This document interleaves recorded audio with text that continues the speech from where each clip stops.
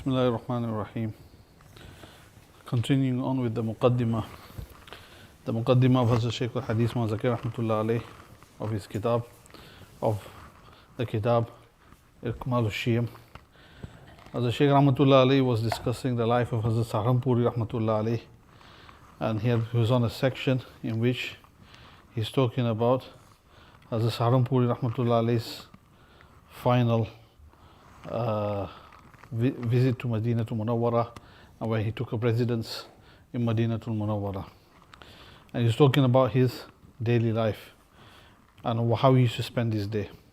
As the Shaykh Rahmatullah writes that after the Ishraq prayer, Moulana Saharanpuri would go to the study where he would write his commentary, and he would stay there until 11 o'clock Indian time, and in complete solitude engrossed in writing Badul Majhood. He would thereafter have his meals in the same room, and his meals would come from his household, and upstairs would come meals from the household of Moulana Sayyid Ahmed. And both of these seniors regarded me as their guests, so I partook in the meals. And this became apparent when only once during my year-long stay I had a severe fever and could not join them, and meals were diligently sent to me by both seniors separately after Zuhr. Throughout my entire stay I did not have to make my own arrangements for food, as the Sheikh says. After meals, Hazrat Saharanpuri would go to the women's court. Hazrat Saharanpuri Rahmatullah would say the Holy Quran for about an hour after Zuhr, and thereafter he would become occupied in studying a kitab called Wafa'ul Wafa, which is by Allama Samhudi Rahmatullah alayh, which is a description of Madinatul Munawwara. After Asr, which would be offered when the shadow was only a length, he would proceed to the home of Moulana Sayyid Ahmed, which was on the ground floor, and he'd stay there until Maghrib time. Here, Hazrat Saharanpuri would hold his gathering, which would be open to the public. Both local residents and visitors to Prophet's mosque would attend. And on these occasions, Moulana Sayyid Ahmed would take some great delight in serving green tea to those present. And he also have a large spoon in which he kept a mixture of amber, and musk that had been boiled together, which was called Chamcha-e Qudrat, spoon of power. He would add this to the cups of special guests, and as a Saharanpuri would only drink 1 cup, but this sinful one would drink 8 to 10 cups and would add the mixture himself. In Rabiul Awwal 1926, Moulana Raipuri Rahmatullah arrived in Medina Tayyibah with several close associates. Hazrat Raipuri Rahmatullah alayhi, Moulana Abdul Qadir Raipuri Rahmatullah alayhi was the Khalifa of Moulana Abdul Rahim Raipuri, who was the Khalifa of Hazrat Moulana Rashid Ahmad Gangohi Rahmatullah alayhi. So he came from Raipur Sharif, and despite his illness, he would regularly attend Hazrat Saharanpuri's gathering after Asr. Some of Moulana Raipuri's associates, however, would not attend. One day, as an apology for their absence, he said to Hazrat Saharanpuri, "Insensitivity is becoming predominant. First, these people should have realized that when I am attending regularly, they should also ensure their attendance. Secondly, I have even reprimanded them for their absence." Hazrat Saharanpuri responded forcefully, "Never. I feel very embarrassed by this. I have never exhorted anyone to take bay'at to my Shaykh. I consider my Shaykh to be the son of spiritual guidance and illumination. Whoever is not keen to derive illumination from him, the loss is his own." Hazrat Saharanpuri then pointed to me and said, "It's the habit of this father and son," referring to myself and to my father, and as a Shaykh Rahmatullah and his father Mawlana Hisab, "to cling to the person who offers even the slightest attention to them." I had for several days repeatedly said the following to Hazrat Saharanpuri: "A certain person is very sincere. Although he is devoted to yourself, he completely abstains from Dhikr and spiritual exercise. You should write instruct him to do Dhikr." Each time Hazrat Saharanpuri's response would be, "When he asks, I'll instruct. Why should I show him when he does not inquire?" A day before the episode with Moulana Raipuri, I said to Moulana Saharanpuri, "If you permit me, I shall myself write to that person." And he responded saying, "Don't write anything on my behalf. You may write whatever you wish from yourself." As mentioned earlier, on arrival in Madinah Tayyibah, Hazrat Saharanpuri engrossed himself in the completion of his commentary Badul Majhood, of which he had reached the volume 4, and the chapter on funeral rites, yani janais, before arriving to the holy city. So he'd only reached volume 4. On reaching Madinah Munawwara, Hazrat Saharanpuri began this chapter, and in the beginning of the manuscript of Badul Majhood, it's written in Medina. The following is recorded: 13th Muharram 1345 1926, Saturday in Madinah Munawwara. The solitude that Moulana Saharanpuri experienced, coupled with the blessings of Madinah Tayyibah, enabled him to complete 1.5 volumes in 7.5 months, while the previous 3.5 volumes were completed in about 9.5 years. And the work was written in Moulana Sayyid Ahmad's room, as mentioned earlier. But for the acquisition of blessings, its completion was rendered in the Prophet's mosque, sallallahu alaihi wasallam, in the blessed place known as the garden from the gardens of paradise, and Rawdatun min Riyadil Jannah.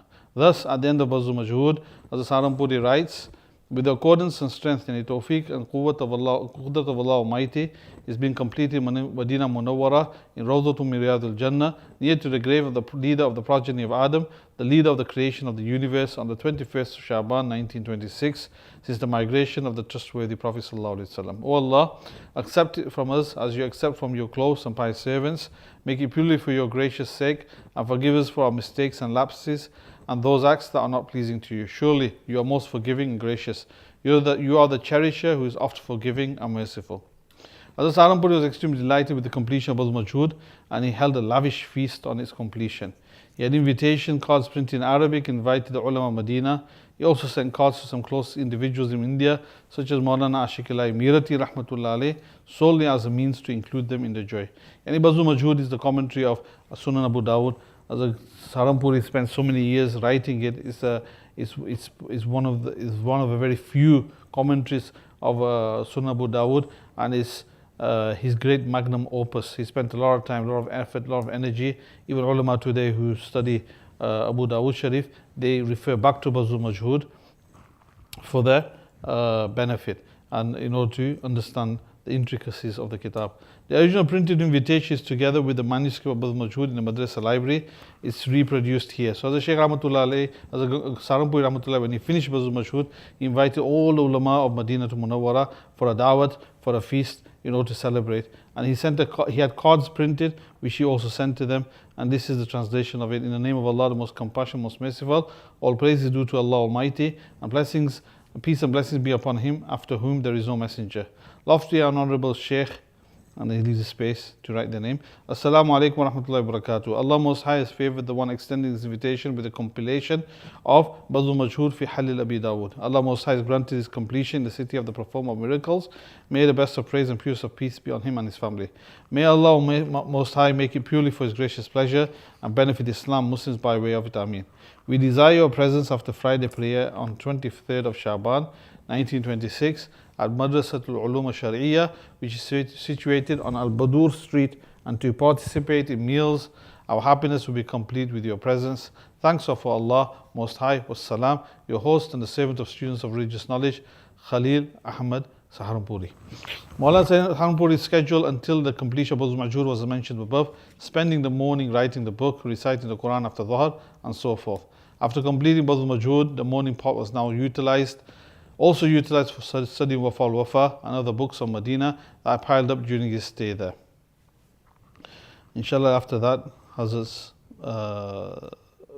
itinerary during Ramadan is then mentioned. Inshallah, we'll carry on with that next week.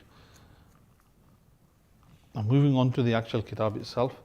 So we started the section on namaz, on prayer, and how to read namaz in the proper way, and some of the importance of that. So in Urdu, Ibn Atala Iskandar Rahmatullah Ali mentions there are dhaf wa natawani ma'lum karke. So we talked about, first of all, there was a section on ilm, there's also a section on tawbah, ikhlas, and then prayer. That the superior prayer is that prayer which isn't just the ritual of prayer itself, but actually a prayer within which your mind and heart and focus is on Allah Almighty. And he builds onto that bit by bit. He explains to you what the namaz is, that the real namaz is that namaz which opens up the heart to attract the benefits and the secrets from Allah Almighty, that enlightens the heart as it goes along. Then he mentions the next bit. He says that because a person's temperament is such that if he carries on doing just one type of ibadat continuously, then he becomes bored, he becomes tired. So Allah Almighty has created different types of worship and acts of worship for him to do, so that he can mix and match and he doesn't get too tired. At the same time, Allah Almighty, he also then mentions the next one. He says, Ibn Atawla says, there are dhaf wa natawani malum karke. By understanding your weakness, namaz ki ta'adad gatadi, he's decreased the number of prayers that you had. He's talking about the time when Nabi Sallallahu Alaihi Wasallam Isra the Mi'raj, where he was given the gift of prayer, which was originally 50, and then bit by bit, it came down to 5. So because he's understood, Allah Almighty has understood the weakness of the human, he's decreased the number of namaz that he performs. Fazl Khudawandi ka muhtaj jankar, by understanding and recognizing the favor and the grace of Allah Almighty that the person is in need of, Imdad Thawab Barhadi, Jankar Imdad Thawab Barhadi, the number of Thawab is also increased. So you perform 5 times prayer, but you get the Thawab of 50. Yani 50 se 5 kar di. Yani in other words, from 50 prayers he's made it 5, or 50 ka Thawab 5 mein kar diya. And within the 5 he's incorporated the reward of 50. Faida, commentary. Namaz Shab Mi'raj mein farz hui hai. The commentator Moulana Abdullah Gangohi Rahmatullah says that on the night of Mi'raj, the ascension, namaz was made farz and compulsory. Awwal 50 namaz farz hui. At the beginning 50 prayers were made farz. Huzur Sallallahu Alaihi Wasallam ke kai baar darkhas par, after the Prophet Sallallahu Alaihi Wasallam requested many times, 50 se 5 baki rahe. From 50 it was decreased to 5. Or 45 kam ho gayi, and 45 were decreased. Ye kam hona biwajah hamare dhaaf ke hua. And the reason why these namaz was decreased was because of our weakness. कि हम 50 वक्त की नमाज पर मुदावत ना कर सकते. Why? Because we would not be able to diligently and continuously perform 50 prayers. लेकिन इंसान उसके फजल का मोहताज है. But at the same time, the insan, the human, is in need of the grace of Allah Almighty. इसलिए सवाब 50 ही का कायम रहा. And because of this, a person receives 50 rewards even though he performs 5. तेरे लिए then Ibn Atawla says, तेरे लिए ताआत को औकात मुअय्यना के साथ इसलिए मुक़य्यद कर दिया. For you, acts of worship has now been fixed at a particular time. इसलिए मुक़य्यद किया, it's been fixed at a particular time ताकि कसर और लेट और लाल तुझको माने न हो. Why? So that when it comes to laziness and this attitude, a cavalier attitude where maybe perhaps later I'll pray now, I'll pray after, it doesn't, that type of behavior, laziness doesn't stop you from performing your prayer. At the same time, this attitude that, oh, maybe I'll pray later, I'll see what happens, it doesn't stop you. Or waqt faraq raka, and at the same time these 5 prayers they've been given a broad area of time within which these 5 prayers can be performed, ताकि कुछ हिस्सा इख्तियार का भी तेरे लिए बाकी रहे, so that you're not compelled and you're constrained. You still have some choice of when to pray or perform your prayer. Faida, commentary. What he means by this is, जो इबादत बंदा पर ताला ने फर्ज फरमाए, those acts of worship which Allah Almighty has made farz and compulsory upon the slave, उनके औकात भी मुअय्यन फरमा दिया. At the same time, Allah Almighty has also fixed the time of these prayers, Fajr, Zuhar, Asr, Maghrib, Isha. जैसे नमाज रोज़ा कि अगर उन वक्तों में उनको अदा कर लो तो अदा होती है. Such as prayer and fasting, that if you were to perform these acts of worship at the fixed time that's been designated, then it will be considered to be ada, it will be considered to be fulfilled. Warna fourth ho jati hai, otherwise it's past its due date. So isme hikmat ye hai, now the wisdom behind this is कि अगर मसलन नमाज के औकात को मुअय्यन न किया जाता, if namaz, the time for namaz was not fixed, and Fajr from this time to this time, Zuhr this time to this time, if these timings had not been fixed, हमारी राय पर छोड़ दिया जाता, and it would have been left for us to sort out. You just pray Fajr whenever you need to. You pray Fajr today whenever you want to, Zuhr whenever you want it. तो सुस्ती और कसर लायक होती, then what would happen is we'll become lazy. We'll become lazy. और ये होता, and the situation would be कि अगर किसी काम में मशगूल है तो ये कहते, and our situation would be if we're busy in some work, तो we'd say to ourselves, इस काम से फारिग होकर पढ़ेंगे, I shall perform my prayer after I've completed my work. या कई माह की 1-2 दिन में पढ़ लेंगे, or I might perform the prayer of several months in 1 or 2 days. जल्दी ही क्या है? What's the need to hasten? तो इस तौर से वो इबादत फोत हो जाती है. And then if a person was to have this attitude, then the acts of worship, the whole principle, the spirit behind it, even the actual action itself, you'd give it a miss, you'd lose it. Or waqt jo namaz ka muqarrar farmaya, and the time for prayer that's been fixed, aisa tang nahi. At the same time, Allah Almighty has not made it extremely narrow, that you have to perform your prayer. Zuhr prayer has to be done exactly at 12:20 to 12:30. He's not fixed it like that. के वक्त के आते ही पर पढ़ना ज़रूरी है, that you have to pray as soon as the time kicks in. अगर आते ही वक्त के ना पढ़े तो क़ज़ा हो जाए. And if there was a situation that if as soon as the time comes in you got to pray it there, if you didn't pray it then namaz would become क़ज़ा. बल्कि वक्त ऐसा फ़राक रखा, but Allah Almighty has kept such broadness in the time कि कुछ हिस्सा इख्तियार का भी हमारा बाकी रहा, that you also have a choice to perform some prayer to yourselves. You have some choice that you can pray if you miss your prayer faraz in Jamia, then maybe you could go for Jamaat somewhere else. And if you're at work, then maybe you can pray later. You can pray till about 6:40 today. If you're at work and there's no possibility of going to the masjid, etc., then you can pray later. तो इख्तियार का भी हमारा बाकी रहा. So we also have some choice कि उस वक्त में खा अव्वल पढ़ लो या दरमियान में या आखिर में. That you could pray right at the beginning or in the middle of the time or right at the end. इसमें ये फ़ायदा हिकमत है. Now the wisdom behind this, the benefit behind this is कि वक्त आने पर हम फरागत और इत्मीनान से नमाज की तैयार कर ले. That when the namaz time kicks in, then with great peace and faragat and in your own time, you prepare for your namaz. और अपने अफकार और ख्यालात और ज़रूरी कामों से फारिग हो ले. And then you free yourselves from the necessary work that you're doing. Afkar or khayalat, what you're thinking about, you gather your thoughts, you become focused. Bilkul tang waqt, and you're able to perform salah in a proper focused way. Bilkul tang waqt mein muayyan hone se ye hikmat hota jati. If you only had a small window to perform your prayer, then what would happen is this wisdom of being able to free yourself from all the needs that are there, to gather your thoughts and to focus on Allah Almighty, you wouldn't have that opportunity. और वक्त आने पर जिस तरह बन पड़ता खा इत्मीनान और फराग कल्ब होता या न होता पढ़ना पड़ता. And what would happen is that if you just had a small window of opportunity to perform your prayer, then as soon as the time kicks in, regardless of whether you've gathered your thoughts, whether you've freed your heart, whether you're focusing or unfocused, you just have to get up and perform your prayer. तो इसमें नमाज की रूह और जान यानी हुजूर कल्ब हासिल न होता. And if this was the case, if it was very narrow time for you, then what would happen is the spirit of prayer and the opportunity of gathering your thoughts and praying, performing namaz in a way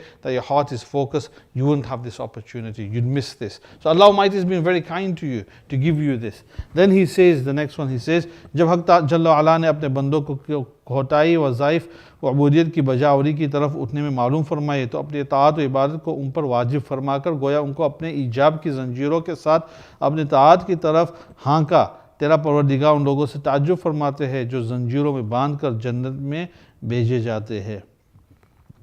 Then He says that Allah Almighty, right, when He's noticed that when He comes to fulfilling the acts of worship and fulfilling that which has been prescribed for them, and He finds out that the slave himself, he's a bit lazy when it comes to this, he's deficient in fulfilling this, तो अपनी ताअत और इबादत को उन पर वाजिब है. Then Allah Almighty has made the prayer and acts of worship wajib upon him, it's making it obligatory upon him that you have to perform this.